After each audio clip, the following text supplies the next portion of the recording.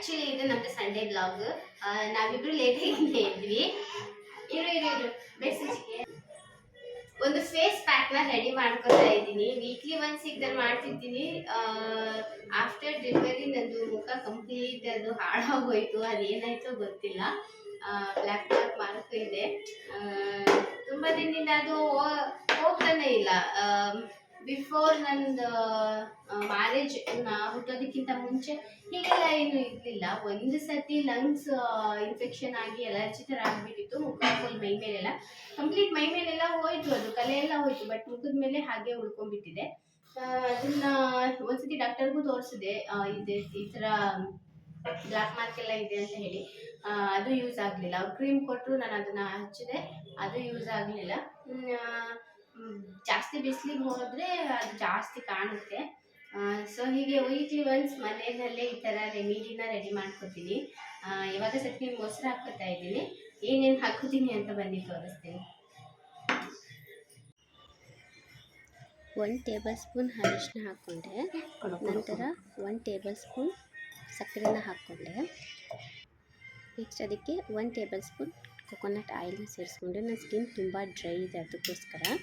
ಮತ್ತು ಇದಕ್ಕೆ ಕಡಲೆ ಹಿಟ್ಟನ್ನು ಸೇರಿಸ್ಕೊಂಡು. ಯೂಶ್ವಲಿ ನಾನು ಈ ಫೇಸ್ ಪ್ಯಾಕ್ನ ರೆಡಿ ಮಾಡಬೇಕಾದ್ರೆ ಕಾಫಿ ಪೌಡರ್ನ ಸೇರಿಸ್ಕೊತೀನಿ. ಅದಕ್ಕೆ ಖಾಲಿಯಾಗಿರೋದು ನಾನು ನೋಡ್ಕೊಂಡಿರಲಿಲ್ಲ. ಸೊ ಸದ್ಯಕ್ಕಿದೆ ಇರಲಿ ಅಂತ ಅದನ್ನು ಅಪ್ಲೈ ಮಾಡಿಕೊಂಡು 1 ಅವರ್ ಆದಮೇಲೆ ಅದನ್ನು ನಾನು ವಾಶ್ ಮಾಡಿದೆ. ನಿಜವಾಗ್ಲೂ ತುಂಬ ರಿಫ್ರೆಶ್ ಅನ್ನಿಸ್ತು. ಇದು ಅಪ್ಲೈ ಮಾಡ್ತಿರೋದ್ರಿಂದ ನನ್ನ ಸ್ಕಿನ್ ಎಷ್ಟೊಂದು ಸುಧಾರಿಸಿದೆ. ಇವಾಗ ಪರವಾಗಿಲ್ಲ. ಮೀಶೋದಲ್ಲಿ ಒಂದು ಪಾರ್ಸೆಲ್ನ ಆರ್ಡರ್ ಮಾಡಿದ್ದೆ, ಆಯಿಲ್ ಸ್ಪ್ರೇಯರ್ ಅಂತ ಹೇಳಿ. ನಾನು ಇವಾಗ ತಾನೇ ರಿಸೀವ್ ಮಾಡಿಕೊಂಡೆ ಇದನ್ನು. ನನ್ನ ಅಕ್ಕನ ಮನೇಲಿ ನಾನು ನೋಡಿದ್ದು ಇದನ್ನು. ನನಗೆ ಸಿಕ್ಕಾಪಟ್ಟೆ ಇಷ್ಟ ಆಗಿತ್ತು. ಅಂತಂದರೆ ದೋಸೆ ಮಾಡಬೇಕಾದ್ರೆ, ಚಪಾತಿ ಮಾಡಬೇಕಾದ್ರೆ ಇಲ್ಲ ಹೆಚ್ಚು ಆಯಿಲ್ ಬೇಡ, ಸ್ವಲ್ಪ ಆಯಿಲ್ ಬೇಕು ಅಂತ ಹೇಳಿದ್ರೆ ಈ ರೀತಿ ಇದು ತುಂಬ ಯೂಸ್ಫುಲ್ ಆಗುತ್ತೆ. ನಾನು ಇವಾಗ ತಾನೇ ಓಪನ್ ಮಾಡ್ತಾ ಇದ್ದೀನಿ.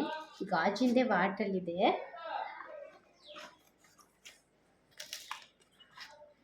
ಇದು ಕ್ಯಾಪ್.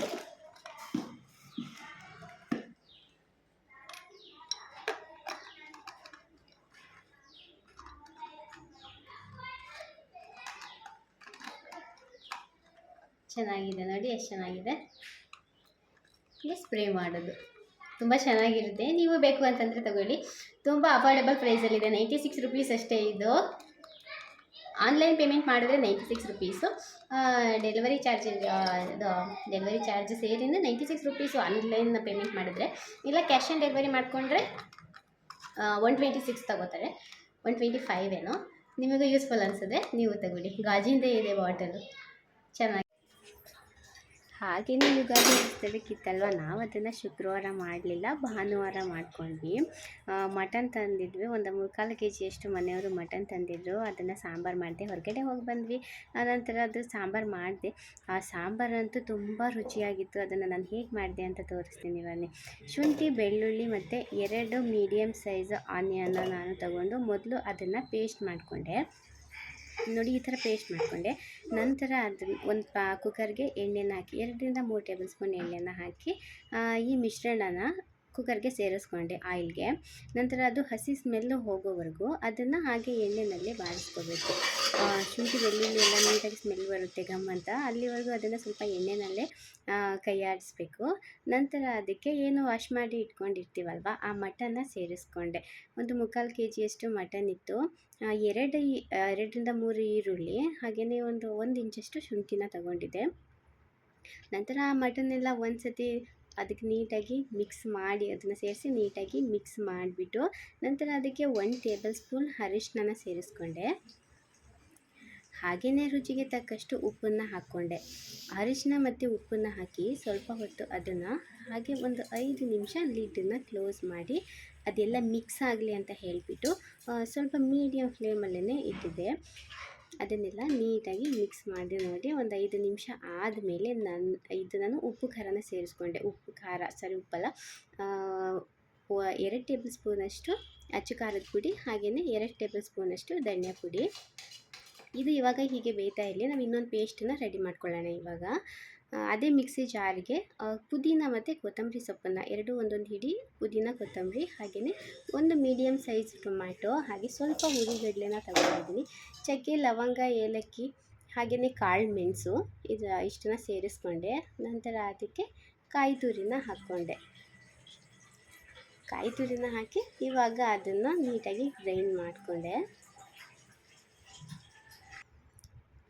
ಇವಾಗ ನೋಡಿ, ನಾವು ಬೇಯಕ್ಕೆ ಇಟ್ಟಿದ್ವಲ್ವ ಮಟನ್ನು, ಅದು ನೀಟಾಗಿ ಉಪ್ಪು ಖಾರ ಎಲ್ಲ ಹಿಡಿದಿರುತ್ತೆ. ಈ ರೀತಿ ಮಾಡೋದ್ರಿಂದ ಮಟನ್ ತಿನ್ನಬೇಕಾದ್ರೆ ತುಂಬ ಜ್ಯೂಸಿಯಾಗಿರುತ್ತೆ ಮತ್ತು ಸ್ಪೈಸಿ ಅದೆಲ್ಲ ಇಟ್ಕೊಂಡಿರೋದಲ್ಲ, ಉಪ್ಪು ಖಾರ ಎಲ್ಲ ತಿನ್ನೋದಕ್ಕೂ ತುಂಬ ಚೆನ್ನಾಗಿರುತ್ತೆ.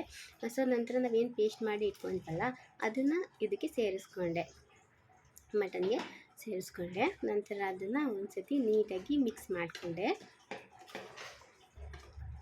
ನೋಡಿ ಎಷ್ಟು ಚೆನ್ನಾಗಿ ಮಿಕ್ಸ್ ಆಗ್ತಾಯಿದೆ. ಆಮೇಲೆ ಅದಕ್ಕೆ ನೀವು ಎಷ್ಟು ಬೇಕೋ ಅಷ್ಟು ನಮಗೆ ನೀರು, ಸಾಂಬಾರಿಗೆ ನಮಗೆ ಮುದ್ದೆಗೆ ತಿನ್ನೋಕ್ಕೆ ಸಾಂಬಾರು ಹೇಗೆ ಎಷ್ಟು ಕನ್ಸಿಸ್ಟೆನ್ಸಿನಲ್ಲಿ ಎಷ್ಟು ತಿಕ್ಕಾಗಿರಬೇಕು ಅದನ್ನು ನೋಡಿ ನೀರು ಸೇರಿಸ್ಕೊಂಡೆ. ನಂತರ 4 ವಿಷಲ್ ಆದಮೇಲೆ ಓಪನ್ ಮಾಡಿದೆ. ಸಾಂಬಾರು ಈ ಥರ ರೆಡಿಯಾಗಿತ್ತು. ತುಂಬ ಅಂದರೆ ತುಂಬ ಟೇಸ್ಟ್ ಕೂಡ ಇತ್ತು. ಇದನ್ನು ಕ್ಲೋಸ್ ಮಾಡೋದಕ್ಕಿಂತ ಮುಂಚೆ ನೀವು ಒಂದು ಸತಿ ಉಪ್ಪು ಸರಿಯಾಗಿದೆ ಅಂತ ನೋಡ್ಕೊಳ್ಳಿ. ನಂದು ಸ್ವಲ್ಪ ಸಪ್ಪೆ ಆಗಿತ್ತು, ನಾನು ನೆಕ್ಸ್ಟ್ ಅದನ್ನು ಉಪ್ಪು ಸೇರಿಸ್ಕೊಂಡೆ. ನೀವೇನಾದರೂ ನನ್ನ ಚಾನಲ್ನ ಫಸ್ಟ್ ಟೈಮ್ ನೋಡ್ತಿದ್ರೆ ದಯವಿಟ್ಟು ಸಬ್ಸ್ಕ್ರೈಬ್ ಮಾಡ್ಕೊಳ್ಳಿ. ಮಟನ್ ಸಾಂಬಾರಂತೂ ತುಂಬ ರುಚಿಯಾಗಿತ್ತು. ಹಾಗೆಯೇ ಮನೆಯವರು ಮಧ್ಯಾಹ್ನ ಊಟಕ್ಕೆ ಬರ್ತೀನಿ ಅಂತ ಹೇಳಿದ್ರು. ಅವ್ರು ಬಂದಮೇಲೆ ಮುದ್ದೆ ಮಾಡೋಣ ಅಂತ ಅಲ್ಲಿ ಕ್ಲೋಸ್ ಮಾಡಿ ಇಟ್ಟೆ.